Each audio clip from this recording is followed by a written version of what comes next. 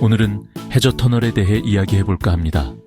이건 기본적으로 자연현상에 대한 극복 문제입니다. 바다 바로 밑을 지나는 길이니까요. 아니면 가끔은 거대한 호수 밑을 지날 수도 있고요. 자동차가 다니는 고속도로를 생각해보세요. 또는 KTX 같은 기차가 고속으로 달리는 선로를요.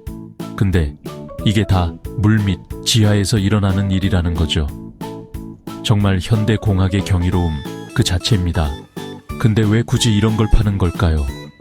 가끔은 다리로는 어림도 없을 때가 있거든요. 물이 너무 깊거나 파도가 거칠 수도 있고요. 아니면 큰 배들이 계속 지나다녀야 할 수도 있죠. 터널은 아래쪽에 숨겨져 있어서 안전할 수 있습니다.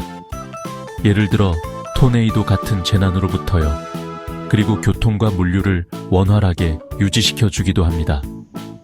이 바쁜 세상에 정말 중요한 연결고리입니다. 이 터널들은 단순히 물건을 옮기는 것 이상의 일을 해요. 사람들을 훨씬 더 가깝게 만들어주죠. 썸이 드디어 육지와 연결된다고 상상해보세요. 지역 경제가 제대로 탄력받을 수 있겠죠. 상품, 서비스, 그리고 새로운 일자리가 흘러 들어옵니다. 일상생활이 훨씬 편해지고 이동하는데 시간을 절약할 수도 있겠죠. 사람들이 연결되고 따라서 지역사회가 번영합니다. 하지만 이런 해저 통로를 건설하는 거는요, 절대 쉬운 일이 아닙니다. 엄청나게 힘들고 종종 인명사고가 나기도 합니다. 어마어마한 수압과 싸워야 하기 때문입니다. 엄청난 바닷물이 강하게 짓누르니까요. 해저 지반은 예측 불가능할 때가 많습니다. 그리고 누수는 심각한 문제인데 그건 정말 신경 쓰이는 골칫거리죠. 여기엔 정말 획기적이고 최첨단 기술이 필요합니다. 자, 그럼 이걸 어떻게 해낼까요? 한 가지 방법은 거대한 굴착 기계를 이용하는 겁니다. 터널 보링 머신, 줄여서 TBM이라고 부르죠. 이 기계 괴물들은 흙을 갈아버릴 수 있습니다. 단단한 안반도 씹어 먹을 수 있죠. 유명한 유로터널도 이걸 여러 대 사용했어요. 영국과 프랑스 본토를 연결한 도버해 협도 그렇습니다. 느리고 고된 작업이지만 엄청나게 정밀한 작업을 요구합니다. 그리고 또 다른 접근 방식이 있어요. NATM. 이건 새로운 오스트리아 터널 공법, New Austrian Tunneling Method의 약자입니다. 이 기술은 안반 자체의 힘을 이용해요. 작업자들이 굴착한 다음 빠르게 콘크리트를 분사하죠. 그리고 튼튼한 록볼트도 설치하고요. 까다로운 집안 조건에 더 유연하게 대처할 수 있어요. 기술자들이 작업을 진행하면서 계획을 유연하게 조정할 수 있는 현명한 방법입니다. 특히 수심이 다소 얕은 곳에서 작업할 때는요. 기술자들은 침매 터널 공법, 일명 Immerse Tube Method라는 기술을 주로 사용합니다. 이 거대한 터널 구간들을 육지에서 만든답니다. 마치 속이 텅 빈 거대한 콘크리트 상자 같죠.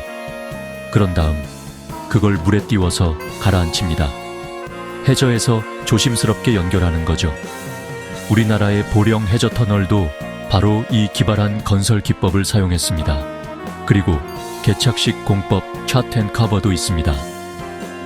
얕은 곳이나 터널이 해안선과 만나는 지점의 가장 간단한 방법이죠. 먼저 아주 큰 도랑을 파요. 그런 다음 그 안에 터널 구조물을 만듭니다.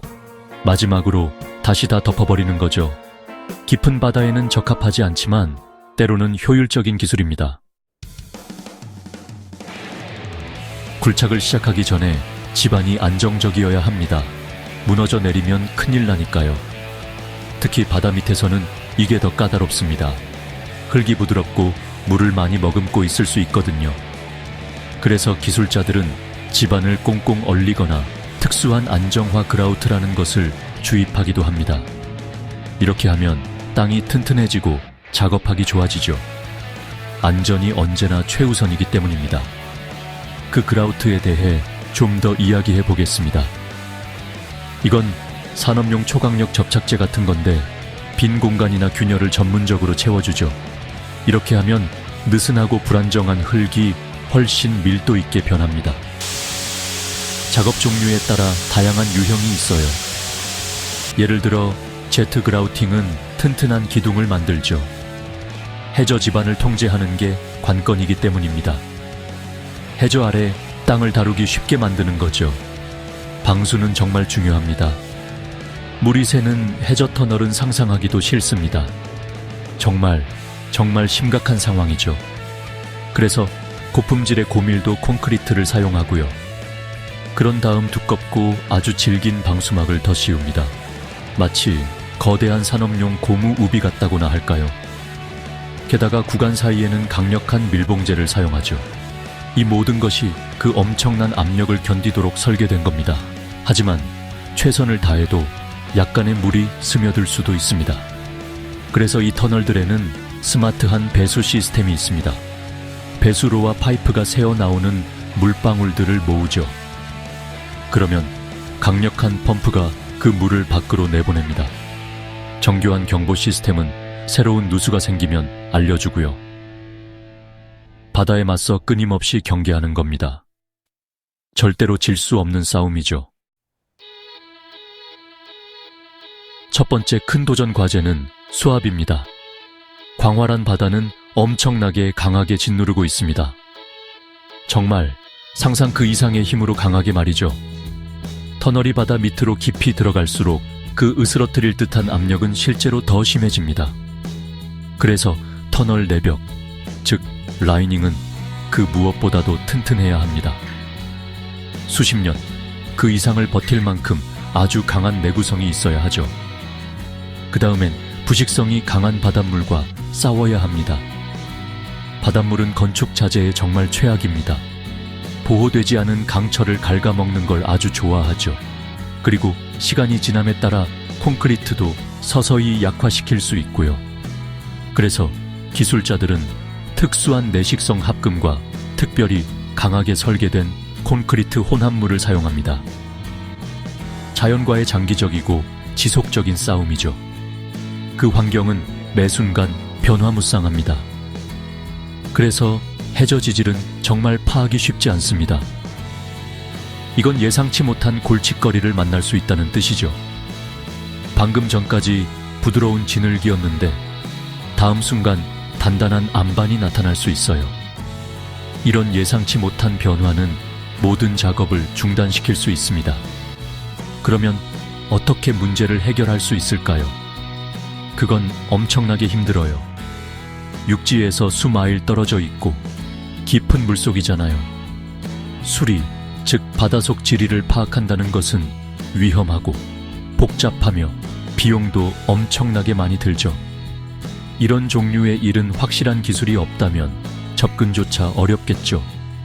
그래서 이 모든 엄청난 어려움을 극복하는 기술이 필요합니다. 안전과 터널의 긴 수명이 최우선이기 때문입니다.